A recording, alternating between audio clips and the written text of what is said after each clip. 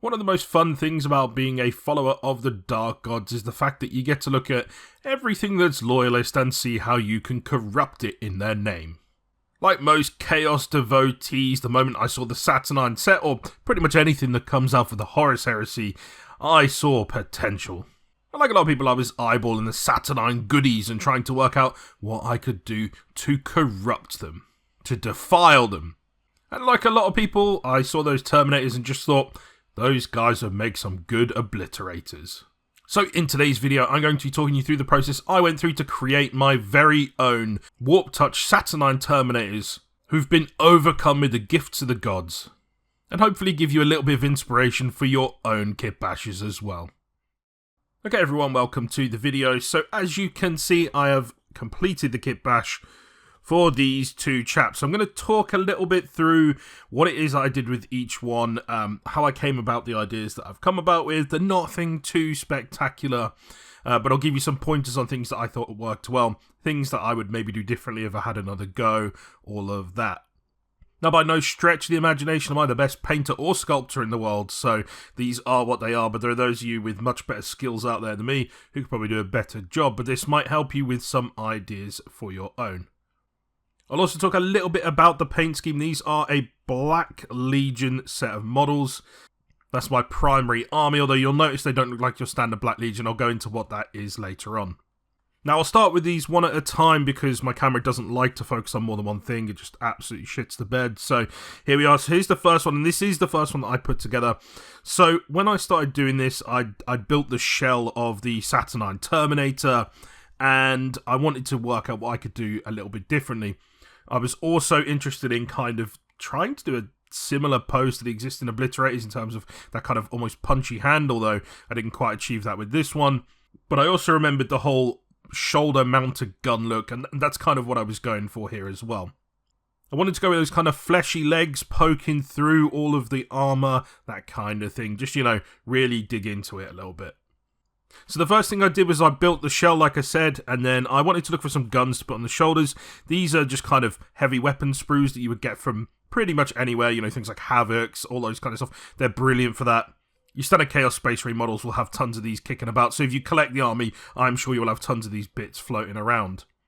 I was very much tempted to get some bolters and attach them to the back of the hand, give it a sort of similar look to the original Obliterator models that we kind of were working with at the moment, but I didn't get around to doing that. And then as you can see, a lot of the work that's been done here is green stuff, so I use green stuff to build up all of this flesh up over the shoulder, up over the kind of cannons on the shoulder. And the good thing with this is it also covers up all manner of sins, which is just wonderful. Again, you're kind of shoveling things into places it shouldn't really be. Although I will say that once I cut off the hands on this, it kind of had a rounded edge to it, which sat perfectly on the shoulder. In hindsight, I'd probably mount it slightly more on the side like I did on the other one, which I'll show you just now, because that seems to sit a little bit better. And in terms of height, it works out a bit more correctly as well. And in kind of the last two other changes that I did with this that maybe you wouldn't notice straight away is I put a different head on the guy. I felt like he'd have more of a kind of 40k looking head, rather than the old Horus Heresy ones, although I do really like those. So I mean, I'd recommend using them if you're into it. And the other thing as well is I took off the chest acrylic. You can actually see a little bit here, if I stop losing focus. You can see a little bit faintly under there where I didn't quite get it off. Again, this was the first one that I did, and I thought I'd done a good enough job, but in hindsight you can see a little bit better results on the second one, which we'll swap over to now. So the second guy, I like the pose a little bit less on this one, so I don't think he looks quite as cool, but this is the second guy. Again, swap the heads that are available there. I kind of wanted a kind of standard fleshy head, you know, just poking out. I was tempted to really get the flesh to dig in around there, so it sort of engulfed his head. Instead, I just had it lap over the top there a little bit, just so it looks like it's going back into the armor, but not quite around his neck. As I said here as well, I mounted that shoulder gun, and it looked really, really cool. Again, once I attached all the ammo that was supposed to go around to the backpack on the actual model that it's from, it was a little bit further away, so I had to put a little bit of green stuff to mount it up, so it looks like it's coming out of his flesh, which I thought was actually quite a nice touch, and I'm happy with the results on that one. And again, as I say, having the weapon mounted on the side of the shoulder, it seems to me to work a little bit better than having it on the top. You see here for height. And again, it's probably a little bit more accurate to height, which I'll get into shortly. I do have my other obliterators here so I can show you. I also wanted to do a little bit with the shoulder pads as well. So I've got the flesh, as you can see, sort of building up out of here and lapping over the top, just to give that a little bit of disgusting goodness. I did a better job of getting the chest aquila off here, as you can see. You can't really see any traces of it. That's something I definitely recommend. Of course, it's sort of loyalist insignia, which you don't really want kicking around for our corrupted guys. And I guess the last thing to touch on here in terms of what I did, you know, in the kind of the way of kitbashing, was I actually took that middle piece out of the shoulder pads that you get here. And I just sort of cut it in half and embedded it in the flesh, like it's burst through there. And I think that's quite a nice little touch, and I kind of wish I'd done that on the other one. But again, I feel like I did a better job with the second than the first. Maybe the posing should have been a little bit better, a little bit more dynamic, but this is a really fun kit, and you can do a ton of things with it. Maybe you've got some tactical rocks kicking around, some cork, whatever. You can do some really cool poses with these guys, I imagine. Now, next up, I guess I'll do the size comparison, so we've got some ideas, because I know a lot of people will be worried about that. Here are the originals. My other obliterators I've done, Tweedledum and Tweedledee. And in terms of height, fairly similar, especially if you forego the shoulder pads, although looking at the one on the left, he is slightly taller, maybe? Unless my eyes are deceiving me. But I don't think there could be any real arguments for modelling for advantage. The other ones are a little bit chunkier, but again, depending on how you pose this, you could fill up a little bit more space, but I'd argue that they're close enough, and if you're playing with people who are going to complain about it, yeah, they're just dickheads. No one's got time for that. And I'd argue the fact that they're slightly taller makes them a bigger target overall anyway.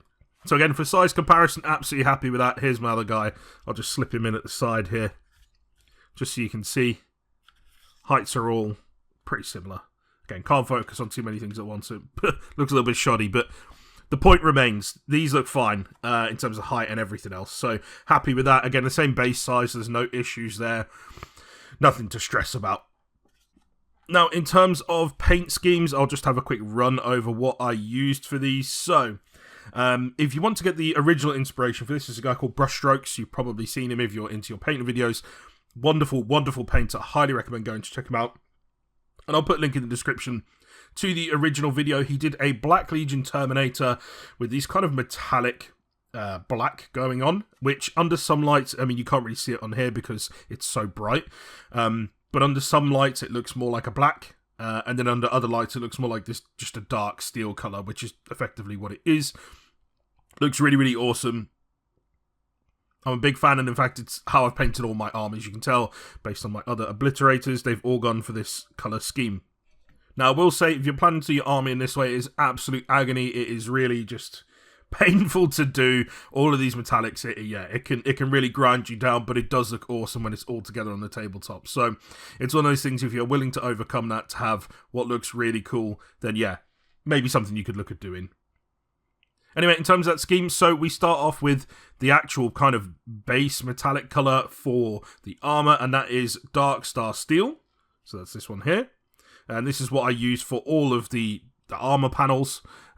Yes, pretty much all there is to say about it. In terms of other metallics, so we use Ironbreaker for most of the other metallics, such as guns. If you've got other models, things like chainswords, all of that. And then we do highlights in Storm Host Silver. Now, it's worth noting that after that initial steel,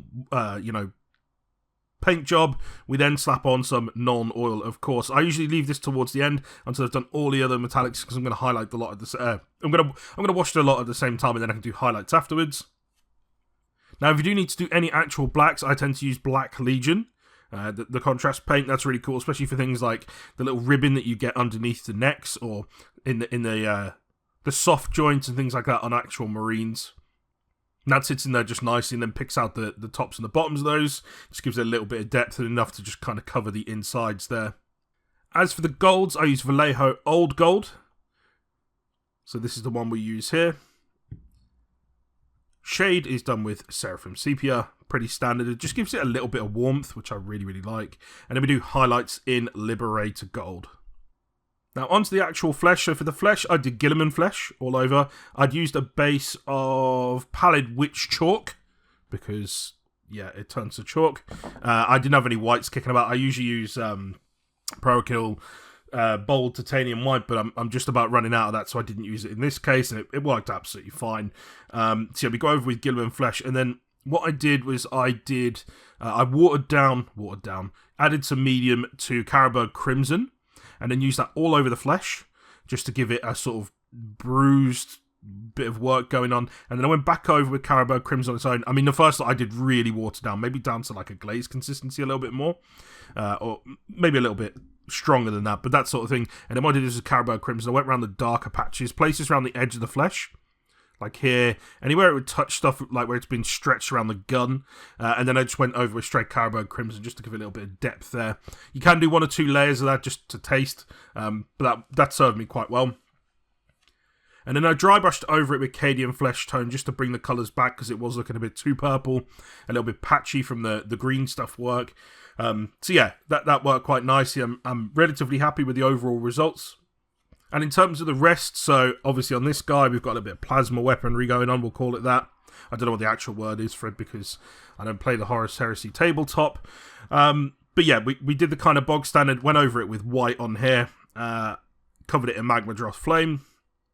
And then I tried to do a little bit of highlighting and fancy work with Fire Dragon Bright and Wild Rider Red. That didn't go amazingly, so I sort of just wet blended them together, went back over with Magma Dross Flame, and just kind of mixed a lot all together just to give it different depths. And then for the darker patches that are on there, I literally just used Nuln Oil and just dragged it along the middle just to give it that darker bit in the centre. I wasn't brave enough, and I do have it, to use oil paints yet to kind of give it that capillary action in there and just do the white around the very edges that you see a lot of people doing.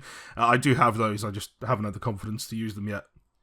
Now, if you're painting any other models and you want to follow this colour scheme, the red that we tend to use for things like cloths, as you'll see here, this sort of darker red, we've got this beautiful scale colour. We've got deep red. Scale 75, I believe the brand is called. Yeah, there you go, Scale 75.